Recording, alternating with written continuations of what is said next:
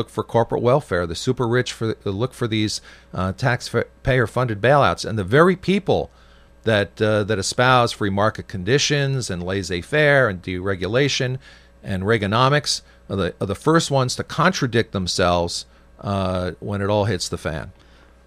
Yeah, I mean, that is certainly what's happening. And I myself recognize at this moment the need for the bailout, because the consequences for allowing Fannie Mae and Freddie Mac to collapse are severe, as you mentioned and your previous guest mentioned.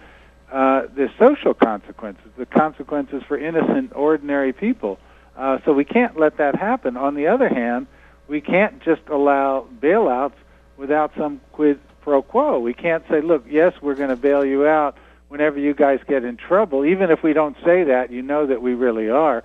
What we have to say is, look, in exchange for having government bailouts because of the social effects of financial collapse, we have to have a very tightly regulated financial market. And it doesn't mean that the Type A's can't make money in the market. In fact, people did just fine in the 1960s and the 1950s. Maybe they weren't the kinds of super-duper opportunities that exist now, but people were doing just fine, and the economy functioned much better. So, Bob, I have a question, and me and John talked about this on the way over. It seems that the kind of indexes, and if you follow the stock market over the last 100 years, that they've kind of swung fairly wildly until about the early 1980s. At that point, things seem to kind of settle down as far as the wild, 2,000-3,000 points up, 3,000 points down over a year or 2 year period kind of thing. And so it brings to mind the question of what would Greenspan do? And I think I'm going to have a shirt made for Ukiah Valley TV that says, what would Greenspan do? But what did Greenspan do that led to any of this? And is there any kind of correlation? Yeah, Alan Greenspan is a very smart guy, and where he really demonstrated, in my view, his aptitude is precisely in these moments of bailout. If you remember, I mean, in the 1987 stock market crash, he had only just been in office a matter of months. And again, he intervened and prevented the Wall Street crash from generating broader social collapse, economic collapse. And so he was able to contain it. That he's good at. Now, what he's not good at is preventing the bubble in the first place. In fact, he himself has said, look, how do we know it's a bubble? These are smart people.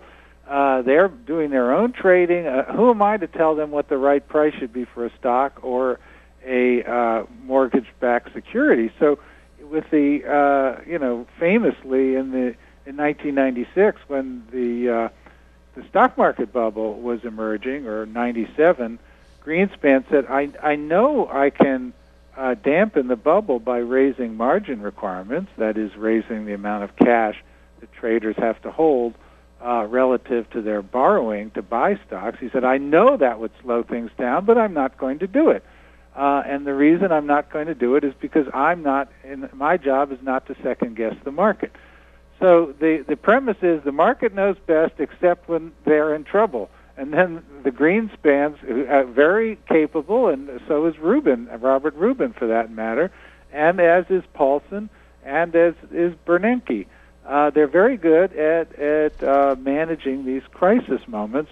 What they're not willing to do is manage the upward speculative forces that will always occur in financial markets absent decent regulations. Bob, let's just focus on what taxpayers, what citizens, what voters, just what the average Joe can do here. We're almost at that point where enough is enough. Right. What do they say on network TV, on that movie Network TV?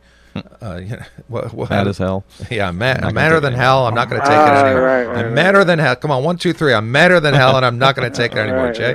All right, we're at that point. We've had a $35 billion bailout of Bear Stearns. We're probably going to have a very similar bailout at Lehman Brothers.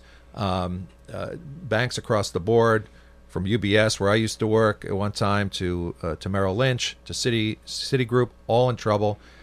You have the Fed forecasting. You have IndyMac that was just bailed out. You have the forecast. You have the Fed forecasting other medium regional sized banks that are going to have to be bailed out down the road. You have the $300 billion bailout of Fannie Mae and Freddie Mac. Here in the state of California, you have a $17 billion deficit. Undoubtedly, the state is going to have to issue bonds to bail out that deficit. Here in Mendocino County, taxpayers may be asked to bail out the pension fund again, like they did in 2002 with a $95 billion $95 million debt obligation. Enough is enough. How does it stop, Bob? Yeah, well, that's why I called my article, Isn't Enough Enough? And, of course, this came out about a month ago, so this was before this latest outrage.